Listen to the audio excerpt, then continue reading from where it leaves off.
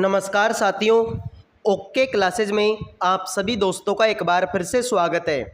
आप सभी के लिए लेकर आ चुका हूं मैं एक बार फिर से जीके जीएस और रीजनिंग के इम्पोर्टेंट क्वेश्चन। ये सारे के सारे क्वेश्चन आपकी सीजीएल की एग्ज़ाम के लिए काफ़ी ज़्यादा इम्पोर्टेंट है। और मेरे भाई, जिनका भी सीजीएल का पेपर आज हो या आने वाले दिनों में हो, सारे के सारे बच्चे भाई इस वीडियो को घोल के पी जाना। काफ़ी सारे इम्पोर्टेंट क्वेश्चन हैं जो आप लोगों के लिए रखे हैं। तो पहला क्वेश्चन आपके सामने है, प्राचीन काल में गंगा के दक्षिणी क्षेत्र को खालिस्तान के रूप में जाना जाता था। मगध के रूप में, मत्स्य के रूप में, कौशल के रूप में, या फिर मेरे भाई अंग के रूप में। जितने भी भाई इंटेलिजेंट बच्चे हैं, सारे के सारे बच्चे इस सवाल का राइट आंसर कर दो। प्राचीन काल में गंगा के दक्षिणी क्षेत्र को किस रूप में जाना जाता था? बात करोगे सर, आप बोल रहे हो गंगा के दक्षिणी क्षेत्र को, मतलब सर ये सवाल बहुत ही आसान है। मगध इसका क्या होगा? राइट आंसर हो जाएगा। अगर मैं आपसे बात करूं कि भाई मगध की राजधानी का क्या नाम था, तो आप क्या बोलोगे? सर मगध की राजधानी का नाम राजगृह था। ये पता होना चाहिए मेरे भाई। अगर मैं बात करूं मत्स्य की राजधानी का नाम, तो आप क्या बोलोगे? सर मत्स्य की राजधानी का नाम था विराटनगर। क्या नाम था मेरे भाई? विराटनगर इसका नाम था। अगर मैं बात करता हूं भाई किसके बारे में? कौशल की राजधानी के बारे में, तो आप क्या बोलोगे? कौशल की राजधानी तो मेरे भाई श्रावस्ती थी। क्या नाम है मेरे भाई? श्रावस्ती इसकी राजधानी हो जाएगी। अगर मेरे भाई बात करें कि अंग की राजधानी का क्या नाम था, तो मेरे भाई आप क्या बोलोगे? अंग की राजधानी का नाम था चंपा। इसके अलावा मेरे भाई अगर आपसे पूछ ले, बताइए सूरसेन की राजधानी का क्या नाम था? ये भाई महाजनपद है, ठीक है। तो सूरसेन की राजधानी का नाम क्या था मेरे भाई? आप बोलोगे सर मथुरा इसका नाम था। अगर मैं बात करता हूँ मेरे भाई अवंती, तो मेरे भाई आप क्या बोलोगे? सर उज्जैन से इसका संबंध हो जाए। किससे मेरे भाई? अवंती का संबंध किससे होगा? उज्जैन से होगा। अगर मैं आपसे बात करूं भाई किसके बारे में? गांधार के बारे में, तो गांधार की राजधानी का क्या नाम है मेरे भाई? तक्षशिला है। ये बात भी आपको पता होनी चाहिए। तो मेरे भाई गंगा के दक्षिणी क्षेत्र को किस नाम से जानते थे? मगध के नाम से जानते थे, जिसकी राजधानी का नाम राजगृह था। और बाद में मेरे भाई इसकी राजधानी को बदल कर क्या कर दिया? पाटलिपुत्र कर दिया, ठीक है। पहले राजगृह राजधानी थी, बाद में इसकी राजधानी को बदल कर क्या कर दिया? पाटलिपुत्र कर दिया, ठीक है। मत्स्य की राजधानी विराटनगर, कौशल की श्रावस्ती, अंग की चंपा, सूरसेन की मथुरा, अवंती की उज्जैन और गांधार की तक्षशिला। ये बात आपको पता होनी चाहिए। वीडियो में आगे बढ़ने से पहले अगर आप एसएससी, एमटीएस और सीजीएल की तैयारी करते हैं, और भाई अगर आपकी जीके जीएस बहुत ही कमजोर है, तो आप सभी के लिए लेकर आ चुका हूं मैं हिस्ट्री के question, polity, static GK, current affair question, और साथ में भाई टॉपिक वाइज पीडीएफ भी आप लोगों के लिए लेकर आया हूं। और ये सारे के सारे जो क्वेश्चन होंगे वो 2024 के लेवल के होंगे। और मेरे भाई साथ में गारंटी रहेगी कि 40-45 का जो मैटर है वो आपको एग्जाम में हूबहू देखने को मिलेगा। ओनली 50 रुपये का ये पीडीएफ है। जिन बच्चों को चाहिए इन नंबरों पर व्हाट्सअप मैसेज करके आप ये पीडीएफ ले सकते हैं ओनली 50 रुपये में, जिसमें आपको भाई 7 से 8 हज़ार क्वेश्चन मिलेंगे। सारे के सारे क्वेश्चन 2024 के लेवल के मिलेंगे। और भाई गारंटी रहेगी कि 40 से 45 नंबर का मैटर आपको हूबहू एग्जाम में देखने को मिलेगा। तो जिनको चाहिए ओनली 50 रुपये में इन नंबरों पर व्हाट्सअप मैसेज करके आप इसको ले सकते हैं, ठीक है भाई। अगला सवाल आपके सामने है, तापमान की कम वार्षिक सीमा और उच्च वार्षिक वर्षा की खालिस्तान विशेषताएं हैं। उष्ण कटिबंधीय आर्द्र जलवायु, समशीतोष्ण जलवायु, भूमध्य जलवायु, या फिर मेरे भाई आपके ठंडी जलवायु। आपसे बात की मेरे भाई कि तापमान की कम वार्षिक सीमा और उच्च वार्षिक वर्षा खालिस्तान की विशेषताएं हैं, तो मेरे भाई आप क्या बोलोगे? सर इस तरीके की जो विशेषताएं वो कहाँ पर पाई जाती है? उष्ण कटिबंधीय आर्द्र जलवायु में पाई जाती है। कहाँ पर मेरे भाई? उष्ण कटिबंधीय आर्द्र जलवायु में पाई जाती है। ऑप्शन नंबर 1 हमारा क्या होगा? राइट आंसर आपका हो जाएगा। अगला सवाल आपके सामने, निम्नलिखित में से किस चोल शासक ने निशुम्भसुद्दीन देवी का एक मंदिर बनवाया था? राजेंद्र द्वितीय ने, आदित्य प्रथम ने, विजयालय ने, या फिर मेरे भाई राजराज प्रथम ने। आपसे बात की मेरे भाई किसके बारे में? निम्नलिखित में से किस चोल शासक ने निशुम्भसुदीन देवी का एक मंदिर बनवाया था? तो मेरे भाई निशुम्भसुदीन देवी का मंदिर, देखो भाई सीजीएल की अगर तैयारी कर रहे हो तो दक्षिण भारत का जो भी आपके राजा थे उनके बारे में आप याद कर लेना। स्पेशली मेरे भाई आपको बोल रहा हूँ चोल साम्राज्य को आप जरूर पढ़ लेना। किसको मेरे भाई? चोल साम्राज्य को आप जरूर पढ़ लेना। तो निशुम्भसुदीन सुदिन देवी का जो मंदिर है विजयालय ने बनवाया था, आपको पता होना चाहिए। राज राजा प्रथम ने मेरे भाई आपके किसका मंदिर बनवाया था? आप बोलोगे सर बृहदेश्वर का मंदिर बनवाया था। किसका मेरे भाई? बृहदेश्वर का मंदिर बनवाया था। और ये मेरे भाई कहाँ पर है? आप बोलोगे सर ये तमिलनाडु में है। अगर भाई बात करते हैं चोल वंश की स्थापना, ठीक है, चोल वंश की स्थापना किसने की थी? आप बोलोगे स्थापना की थी सर विजयालय ने, ये भी आपको पता होना चाहिए। और मेरे भाई जो वेत्तिकर है, ठीक है, वेत्तिकर के बारे में क्वेश्चन आता है भाई, वेत्तिकर जो है आपका कहाँ पर लगाया जाता है? तो मेरे भाई वेत्तिकर जो है आपका चोल साम्राज्य के दौरान लगाया जाता था, ठीक है। तो ये बात भी पता होनी चाहिए, विजयालय हो जाएगा राइट आंसर। अगला सवाल आपके सामने है, वोरेन हेस्टिंग किस वर्ष भारत के पहले गवर्नर जनरल बने थे? 1767, 1773, 1757 या फिर मेरे भाई 1783। बात हो रही है भाई किसके बारे में? वोरेन हेस्टिंग के बारे में। तो भाई वोरेन हेस्टिंग ने किस वर्ष में भारत के पहले गवर्नर बने थे? आप बोलोगे सर 1773 में। इसने मेरे भाई 1773 में गवर्नर जनरल बनते ही क्या कांड कर दिया? तो मेरे भाई इसने भारत में रेगुलेटिंग एक्ट लगा दिया। कौन सा मेरे भाई? रेगुलेटिंग एक्ट, ठीक है। तो रेगुलेटिंग जो एक्ट है वो कब का है भाई? 1773 का है। वोरेन हेस्टिंग ने इसको लगाया था। मेरे भाई आपने एक के बारे में पढ़ा होगा, रॉबर्ट क्लाइव के बारे में, ठीक है। आपने मेरे भाई रॉबर्ट क्लाइव के बारे में पढ़ा होगा। सर ये रॉबर्ट क्लाइव क्या है? तो मेरे भाई रॉबर्ट क्लाइव के बारे में आपने पढ़ा होगा। रॉबर्ट क्लाइव ने क्या किया था मेरे भाई? बंगाल में द्वैध शासन शुरू किया, ठीक है। बंगाल में द्वैध शासन की नींव रखी, ठीक है। बंगाल में द्वैध शासन शुरू किया था रॉबर्ट क्लाइव ने। कब शुरू किया मेरे भाई? आप बोलोगे 1765 में शुरू किया था। लेकिन भाई एग्जाम में क्वेश्चन पूछा जाएगा कि द्वैध शासन को समाप्त किसने किया था? द्वैध शासन को समाप्त किसने किया था? तो आप क्या बोलोगे? सर इसी वोरेन हेस्टिंग ने, ठीक है। इसी वोरेन हेस्टिंग ने द्वैध शासन को समाप्त कर दिया था। ये बात आपको पता होनी चाहिए। तो मेरे भाई वोरेन हेस्टिंग 1773 में भारत के पहले गवर्नर बने। रेगुलेटिंग एक्ट इन्होंने लगाया था। रॉबर्ट क्लाइव ने बंगाल में द्वैध शासन शुरू किया। और भाई इसको समाप्त किसने किया था? वोरेन हेस्टिंग ने किया था। तो वोरेन हेस्टिंग के दो काम हो गए, एक तो रेगुलेटिंग एक्ट लगाना और मेरे भाई द्वैध शासन को समाप्त करना, ठीक है भाई। अगला सवाल देखिए आपके सामने, निम्नलिखित में से कौन सा विधेयक केवल लोकसभा में ही पेश किया जा सकता है? संविधान संशोधन विधेयक, सरकारी विधेयक, धन विधेयक या फिर मेरे भाई आपका निजी सदस्य विधेयक। आपसे बात की भाई कौन सा विधेयक केवल और केवल लोकसभा में पेश किया जा सकता है? तो आप बात करो सर लोकसभा में। सर लोकसभा में तो हमारा धन विधेयक पेश कर सकते हैं, ऑप्शन नंबर 3, ठीक है। मेरे भाई अगर मैं आपसे पूछूं कि कोई विधेयक धन विधेयक है या नहीं, ठीक है, कोई भी विधेयक आपके पास में है वो धन विधेयक है या नहीं, इसका निर्णय कौन करता है? कोई भी विधेयक धन विधेयक है या नहीं, इसका निर्णय कौन करता है? तो आप क्या बोलोगे? इसका निर्णय कौन करता है मेरे भाई? सर लोकसभा का अध्यक्ष जो है इसका निर्णय करता है। कौन मेरे भाई? लोकसभा का अध्यक्ष जो है इसका निर्णय करता है, आपको पता होना चाहिए। अगर मैं बात करता हूं भाई धन विधेयक के बारे में, धन विधेयक मेरे भाई अनुच्छेद नंबर 110 में है। अनुच्छेद नंबर 110 में आपका धन विधेयक है। अगर मेरे भाई मैं बात करता हूं किसके बारे में? वित्त विधेयक के बारे में। तो वित्त विधेयक के बारे में अगर मैं बात करूं तो मेरे भाई ये हमारा अनुच्छेद नंबर 117 में है, ठीक है। तो भाई देखो धन विधेयक अनुच्छेद नंबर 110 में है और वित्त विधेयक अनुच्छेद नंबर 117 में है। कोई विधेयक धन विधेयक है या नहीं, इसका निर्णय कौन करता है, इसका फैसला कौन करता है? तो लोकसभा का अध्यक्ष जो है इसका फैसला करता है। ऑप्शन नंबर 3 हमारा क्या होगा? राइट आंसर हो जाएगा। अगला सवाल आपके सामने है, बाजीराव मस्तानी के बॉलीवुड गीत मोहे रंग दो लाल को किसने कोरियोग्राफ किया था?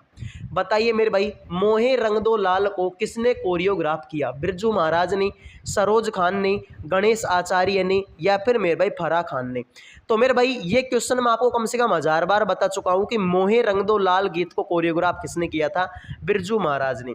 ये वही बिरजू महाराज है जिनको भाई 1986 में पद्म विभूषण मिला था, ठीक है, जिनको 1986 में मेरे भाई पद्म विभूषण मिला था। ये वही बिरजू महाराज है जिन्होंने कला आश्रम की स्थापना की थी। किसकी मेरे भाई? कला आश्रम की स्थापना इन्होंने की थी। ये वही बिरजू महाराज है जिनका संबंध मेरे भाई आपके कथक नृत्य से है। किससे मेरे भाई? जिनका संबंध आपके कथक नृत्य से है। और मैंने आपको बता दिया कि जिस भी नाम के पीछे महाराज शब्द लग जाए वो समझ जाना भाई किसका कलाकार है?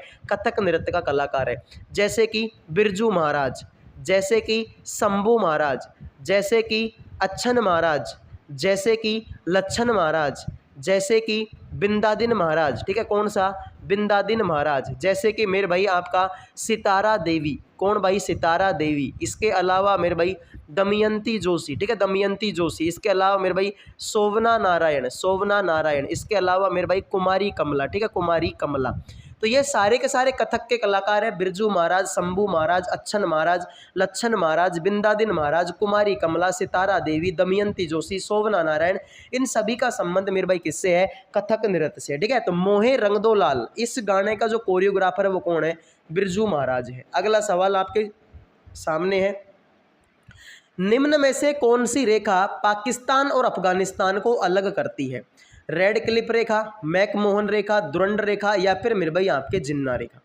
बात हो रही है भाई भारत और पाकिस्तान, ठीक है मेरे भाई, बात हो रही है पाकिस्तान और अफगानिस्तान को अलग। तो मेरे भाई देखो, रेड क्लिप रेखा जो है मेरे भाई किसको अलग करती है, भारत और पाकिस्तान को अलग करती है। किसको मेरे भाई, भारत और पाकिस्तान को अलग करती है मेरे भाई रेड क्लिप रेखा। मैकमोहन रेखा मेरे भाई भारत को और मेरे भाई चीन, नेपाल, भूटान, ठीक है, चीन, नेपाल, ठीक है, नेपाल और मेरे भाई भूटान, इन तीनों देशों को अलग कौन करती है मेरे भाई, मैकमोहन रेखा। पूछ ले भाई, भारत चीन को अलग कौन करती है, सर मैकमोहन रेखा। भारत और नेपाल को अलग कौन करती है, मैकमोहन रेखा। भारत और भूटान को अलग कौन करती है, मैकमोहन रेखा, ठीक है। दुरंड रेखा के बारे में बात करें मेरे भाई, भारत और अफगानिस्तान को, किसको मेरे भाई, भारत और अफगानिस्तान को ये अलग करती है। लेकिन मेरे भाई जो पाकिस्तान और अफगानिस्तान है इसको भी दुरंड रेखा ही अलग करती, ठीक है। तो मेरे भाई भारत और अफगानिस्तान पूछ ले या पाकिस्तान और अफगानिस्तान पूछ ले, दोनों को ही मेरे भाई आपकी दुरंड रेखा जो है ये मेरे भाई क्या करती है, अलग करती है, ठीक है। भारत और बांग्लादेश के बारे में बात करते हैं भाई, किसके बारे में, भारत और बांग्लादेश के बारे में अगर बात करते हैं तो मेरे भाई इनको जो है 3 बीघा कॉरिडोर, ठीक है, 3 बीघा कॉरिडोर यानी कि 3 बीघा गलियारा जो है इनको अलग करता है, ठीक है।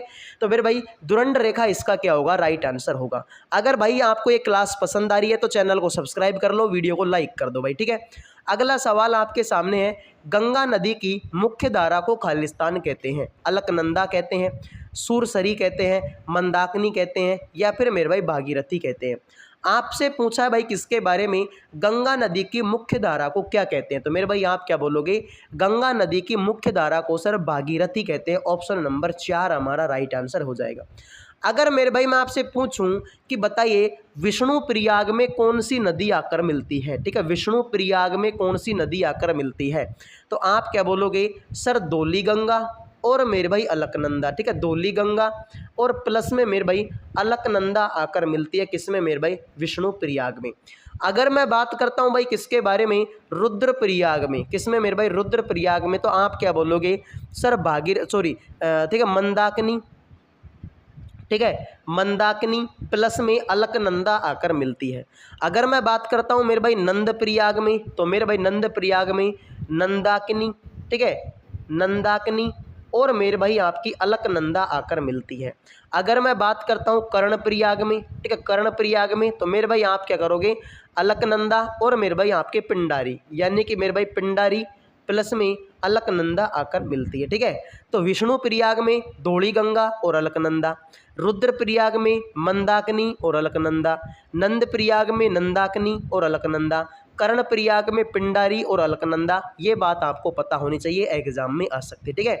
तो मेरे भाई ये सारे के सारे प्रयाग आपको पता होना चाहिए। गंगा नदी की मुख्य धारा को भागीरथी कहते हैं, ये बात भी आपको याद होनी चाहिए।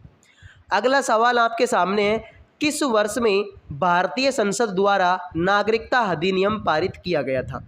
बताइए मेरे भाई नागरिकता अधिनियम को कब पारित किया गया था, तो आप क्या बोलोगे, 1948 में, 1950 में, 1955 में, 1945 में, ठीक है। तो मेरे भाई बात हो रही है किसके बारे में, ठीक है, बात हो रही है किसके बारे में, भारतीय संसद द्वारा नागरिकता अधिनियम को कब पारित किया गया था।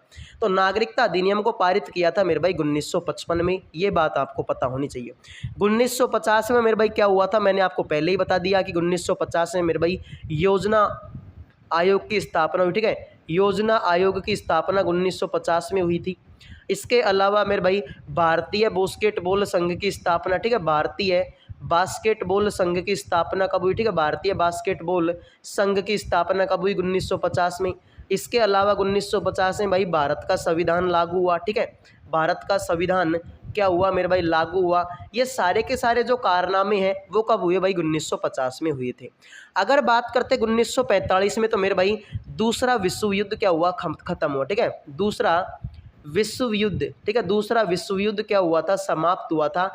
कब मेरे भाई, 1945 में। और मेरे भाई 24 अक्टूबर 1945 को, ठीक है, यूएनओ की क्या हुई थी, स्थापना हुई थी। किसकी मेरे भाई, यूएनओ की स्थापना हो गई थी। ठीक है भाई, तो देखिए 1950 में योजना आयोग, भारतीय बास्केटबॉल संघ, भारत का संविधान, इसके अलावा मेरे भाई चुनाव आयोग। ठीक है, इन चारों कामों की स्थापना कब हुई थी, ये चारों काम मेरे भाई 1950 के हैं। ठीक है, 1955 में मेरे भाई नागरिकता अधिनियम आया। ठीक है, 1955 में आपका नागरिकता अधिनियम आया और 1945 में मेरे भाई आपका दूसरा विश्व युद्ध समाप्त हुआ और 24 अक्टूबर 1945 को यूएनओ की स्थापना हुई थी। ये बात भी आपको पता होनी चाहिए, एग्जाम में आ सकती है। क्लियर है। अगला सवाल आपके सामने है, पारिस्थितिकी तंत्र के समुच्चय को क्या कहते हैं? जलमंडल कहते हैं, बायोम कहते हैं, वायुमंडल कहते हैं, या फिर मेरे भाई समताप मंडल कहते हैं। कल के वीडियो में मैंने आपको बताया भी था कि भाई पारिस्थितिकी तंत्र के बारे में। ठीक है, तो पारिस्थितिकी तंत्र के अध्ययन को इकोलॉजी कहते हैं। और मेरे भाई ये जो शब्द है पारिस्थितिकी तंत्र, जो शब्द है ये किस आदमी ने दिया था? तो मेरे भाई पारिस्थितिकी जो शब्द है वो मेरे भाई टेंसले ने दिया था, टेंसले ने दिया था। ठीक है, पारिस्थितिकी तंत्र जो शब्द है वो टेंसले ने दिया था। और मेरे भाई इसके समुच्चय को क्या कहते हैं, बायोम कहते हैं, जो कि ऑप्शन नंबर 2 है। ठीक है, समताप मंडल, मेरे भाई समताप मंडल में आपके वायुयान उड़ते हैं। कभी भी अगर आपसे पूछ लो भाई वायुयान किस मंडल में उड़ते हैं, तो आप क्या बोलोगे, समताप मंडल में वायुयान उड़ते हैं। अगला सवाल आपके सामने, संगीत नाटक अकादमी नई दिल्ली ने उस्ताद बिस्मिल्लाह खान युवा पुरस्कार की शुरुआत कब की थी? बताइए भाई, संगीत नाटक अकादमी नई दिल्ली ने उस्ताद बिस्मिल्लाह खान युवा पुरस्कार की शुरुआत कब की थी? तो मेरे भाई आप क्या बोलोगे, सर संगीत नाटक अकादमी युवा पुरस्कार की जो शुरुआत है वो मेरे भाई कब हुई थी? 2006 में हुई थी, आपको पता होनी चाहिए। अगर मेरे भाई बात करते हैं बिस्मिल्लाह खान के बारे में, तो सर ये आपके शहनाई बजाते हैं। क्या बजाते हैं मेरे भाई? शहनाई बजाते हैं। और इनको मेरे भाई भारत रत्न भी मिला है। सर इनको तो भारत रत्न भी मिला है। और ये भारत रत्न इनको कब मिला? आप बोलोगे 2001 में इनको ये भारत रत्न दिया गया, आपको पता होना चाहिए। ठीक है भाई, तो बिस्मिल्लाह खान शहनाई बजाते हैं और ये पुरस्कार की जो शुरुआत है वो 2006 में हुई थी। अगर मैं आपसे पूछूं भाई किसके बारे में कि अर्जुन पुरस्कार की शुरुआत कब हुई थी, तो आप क्या बोलोगे भाई? अर्जुन अवार्ड की शुरुआत 1961 में हुई थी। ठीक है भाई, ये आपको पता होना चाहिए, एग्जाम में आ सकता है। क्लियर है मेरे भाई। अगला सवाल आपके सामने है, जब व्यय राजस्व से अधिक हो जाता है तो इसे बजट खालिस्तान कहा जाता है। जब खर्चा राजस्व से ज़्यादा हो जाए, मान लो मैं कमाता तो 100 रुपये हूँ, यानी राजस्व तो मेरा 100 रुपये है और खर्चा मेरा 120 रुपये का हो जाता है, तो मेरे भाई ये क्या होता है? सर ये होता है आपका घाटा। सीधी सी बात है भाई, 20 रुपये का घाटा चला गया मेरे। ठीक है, 100 रुपये तो मैं कमाता हूँ और 120 रुपये खर्च कर देता हूँ, तो मेरे भाई 20 रुपये घाटा हो गया मुझे। तो इसको मेरे भाई घाटा बोलते हैं, ऑप्शन नंबर 2। ठीक है, इसको मेरे भाई क्या बोलते हैं? घाटा बोलते हैं। ऑप्शन नंबर 2 राइट आंसर हो जाएगा। अगला सवाल आपके सामने है, यामिनी कृष्ण मूर्ति किस नृत्य शैली के लिए प्रसिद्ध है? यामिनी कृष्ण मूर्ति के बारे में आ गया भाई, बहुत आसान सवाल है सर ये तो। मेरे भाई यामिनी कृष्ण मूर्ति मैंने आपको 1000 बार बता दिया कि भरतनाट्यम से इनका संबंध है। ठीक है, यामिनी कृष्ण मूर्ति हो गई, इसके अलावा सोनल मानसिंह हो गई। ठीक है, सोनल मानसिंह हो गई। इसके अलावा मेरे भाई पद्मजा सुब्रमण्यम हो गई। इसके अलावा मेरे भाई SK सरोजा हो गई। इसके अलावा मेरे भाई R मत्थु कम्मल हो गई। ठीक है, R मत्थु कम्मल हो गई। ठीक है, ये सारे के सारे कलाकार मेरे भाई भरतनाट्यम के कलाकार है और ये मैं आपको 1000 बार बता चुका हूँ। ठीक है, बार बार टाइम खराब नहीं करेंगे। अगर आपको याद नहीं है तो मेरे भाई आप हमारी पिछली क्लासों को देख सकते हैं। कर्नाटक यक्षगान मेरे भाई कहाँ का है? कर्नाटक का, आपको पता होना चाहिए। अगला सवाल आपके सामने है कि गिफ्ट टू मोनोथिज्म पुस्तक किसने लिखी है? स्वामी विवेकानंद ने, राजा राम मोहन राय ने, दयानंद सरस्वती ने, केशव चंद्र सेन ने। गिफ्ट टू मोनोथिज्म पुस्तक किसने लिखी? तो मेरे भाई वीडियो में आगे बढ़ने से पहले सारे के सारे बच्चे भाई क्लास को लाइक कर दो और चैनल को सब्सक्राइब कर लो। ठीक है, गिफ्ट टू मोनोथिज्म पुस्तक को किसने लिखा? आप क्या बोलोगे? राजा राम मोहन राय ने। सर ये वही राजा राम मोहन राय है जिन्होंने मेरे भाई 1815 में आत्मीय सभा की स्थापना की थी। किसकी मेरे भाई? आत्मीय सभा की स्थापना इन्होंने की थी। ये सर वही राजा राम मोहन राय है जिन्होंने 1828 में, ठीक है, 1828 में ब्रह्म समाज की स्थापना की थी। ठीक है, ये बात ही पता होना चाहिए। सर ये वही राजा राम मोहन राय है जिन्होंने सती प्रथा के लिए प्रयास किया था। किसके मेरे भाई? सती प्रथा को बैन करने के लिए, सती प्रथा को बंद करने के लिए प्रयास किया था। और भाई सती प्रथा बंद हो गई थी कब? 1829 में। ठीक है, ये भी आपको पता होना चाहिए। अगर मेरे भाई बात करें स्वामी विवेकानंद, सर ये वही स्वामी विवेकानंद है जिन्होंने 1897 में मेरे भाई किसकी स्थापना की थी? सर रामकृष्ण मिशन की स्थापना की थी। ये मेरे भाई वही आपके स्वामी विवेकानंद जी हैं। सर ये वही दयानंद सरस्वती हैं क्या जिन्होंने 1875 में, ठीक है, आर्य समाज की स्थापना की थी? बिल्कुल मेरे भाई ये वही आपके दयानंद सरस्वती है जिन्होंने आर्य समाज की स्थापना की और वेदों की ओर लौटो का नारा दिया था। केशव चंद्र सेन मेरे भाई ये वही केशव चंद्र सेन है जिन्होंने 1864 में वेद समाज की स्थापना की थी। किसकी भाई? वेद समाज की स्थापना की थी। ये पता होना चाहिए। क्लियर है मेरे भाई? तो स्वामी विवेकानंद 1897 रामकृष्ण मिशन, राजा राम मोहन राय 1815 आत्मीय सभा, 1828 ब्रह्म समाज, सती प्रथा पर रोक 1829, दयानंद सरस्वती 1875 आर्य समाज की स्थापना, केशव चंद्र सेन 1864 वेद समाज की स्थापना इन्होंने की थी। ये बात भी आपको पता होनी चाहिए, एग्जाम में आ सकती है। अगला सवाल आपके सामने है, यदि हॉकी में एम्पायर दोनों बाहों को क्षैतिज रूप से उठाकर गोल की ओर संकेत करे तो इसका अर्थ क्या होता है? पेनल्टी कॉर्नर होता है, गोल हुआ होता है, फ्री हिट होता है, या फिर मेरे भाई आपका पेनल्टी स्ट्रोक होता है। तो मेरे भाई हॉकी में यदि एम्पायर दोनों बाहों को क्षैतिज रूप से उठाकर गोल की ओर संकेत करे तो इसका अर्थ क्या होता है? तो मेरे भाई आप क्या बोलोगे? सर पेनल्टी कॉर्नर होता है। क्या होता है मेरे भाई? पेनल्टी कॉर्नर होता है। हॉकी भी के बारे में बात करें मेरे भाई, मेजर ध्यानचंद अवार्ड, ठीक है मेरे भाई, ध्यानचंद अवार्ड, ठीक है, ध्यानचंद अवार्ड का संबंध किससे मेरे भाई? सर हॉकी से संबंध रखता है। ठीक है, ध्यानचंद अवार्ड आपका हॉकी से संबंध रखता है, ये आपको पता होना चाहिए। ठीक है, क्लियर है मेरे भाई? ये आपको आगा खान कप मेरे भाई, ठीक है, आगा खान कप हॉकी से संबंधित है। ठीक है, ये आपको पता होना चाहिए। अगला सवाल देखिए भाई, गुजरात में सागर परिक्रमा का चरण एक कार्यक्रम आयोजित किया गया जो मार्च 2022 को खालिस्तान से शुरू हुआ। ठीक है, एक सेकंड भाई, ये क्या हुआ? हे हरिनाथ जगन्नाथम प्रेमानंदी, ये क्या हुआ? ठीक है, एक सेकंड। ठीक है, तो मेरे भाई देखिए, गुजरात में सागर परिक्रमा का चरण एक कार्यक्रम आयोजित किया गया जो मार्च 2022 को खालिस्तान से शुरू हुआ। तो मेरे भाई ये कहाँ से शुरू हुआ था? आप बोलोगे मांडवी से शुरू हुआ था। सर पोरबंदर में तो गांधी जी का जन्म हुआ था। बिल्कुल मेरे भाई, गांधी जी का जन्म कब हुआ था? ठीक है, पोरबंदर में हुआ था। ठीक है, खेड़ा आंदोलन कब हुआ? सर खेड़ा आंदोलन हुआ था 1918 में। ठीक है भाई, चंपारण हुआ था 1917 में और खेड़ा हुआ था 1918 में। पोरबंदर में गांधी जी का जन्म हुआ। और मेरे भाई ये जो आपके सागर परिक्रमा का जो चरण फर्स्ट है, ये मेरे भाई मांडवी से शुरू हुआ था। कहाँ पर मेरे भाई? मांडवी। ठीक है, अगला सवाल आपके सामने है कि भारतीय कृषि अनुसंधान परिषद का हेडक्वार्टर कहाँ पर है? Indian council of agriculture research institute का हेडक्वार्टर कहाँ पर है? लखनऊ, दिल्ली, अमृतसर, या फिर मेरे भाई आपका सूरत। तो आप क्या बात करोगे मेरे भाई? इसका जो हेडक्वार्टर है सर ये नई दिल्ली में स्थित है। जिन बच्चों ने 2 आंसर कर दिया उनका सही है, बाकी मेरे भाई हो गया सभी का गलत। तो नई दिल्ली आंसर देने वालों का सही है। इसी नई दिल्ली में मेरे भाई आपका केंद्रीय, ठीक है, मौसम विज्ञान संस्थान, ठीक है, केंद्रीय मौसम विज्ञान अनुसंधान संस्थान, ठीक है, मौसम विज्ञान अनुसंधान संस्थान कहाँ पर है मेरे भाई? नई दिल्ली में है। लखनऊ में मेरे भाई आपके सिडबी बैंक की स्थापना हुई थी। किसकी मेरे भाई? सिडबी बैंक की स्थापना कब हुई थी? सर लखनऊ में हुई थी, ये पता होना चाहिए। अगला सवाल आपके सामने है, अंडर 19 विश्व कप क्रिकेट 2024 के फाइनल में सर्वश्रेष्ठ खिलाड़ी प्लेयर ऑफ द मैच कौन था? यश धूल था, राजा बावा था, निशांत सिंधु था, महली बियर्डमैन था। ठीक है, अंडर 19 वर्ल्ड कप क्रिकेट 2024 के फाइनल में सर्वश्रेष्ठ खिलाड़ी, ठीक है, 2024 में मैन ऑफ द मैच कौन, प्लेयर ऑफ द मैच कौन बना था? तो मेरे भाई महली बियर्डमैन ऑस्ट्रेलिया। ठीक है भाई, महली बियर्डमैन ऑस्ट्रेलिया के थे, ये आपके प्लेयर ऑफ द मैच बने थे। ठीक है, अगर भाई बात करते, ठीक है, तो 2024 में कौन बने थे मेरे भाई? महली बियर्डमैन बने थे।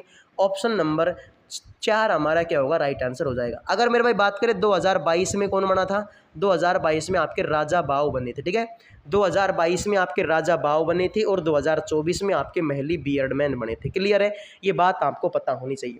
तो अगर मेरे भाई आपको ये क्लास पसंद आ रही है तो लाइक कर दो, चैनल को सब्सक्राइब कर लो और भाई वीडियो को लाइक कर दो। ठीक है भाई, अगले सवाल पर बढ़ते हैं मेरे भाई।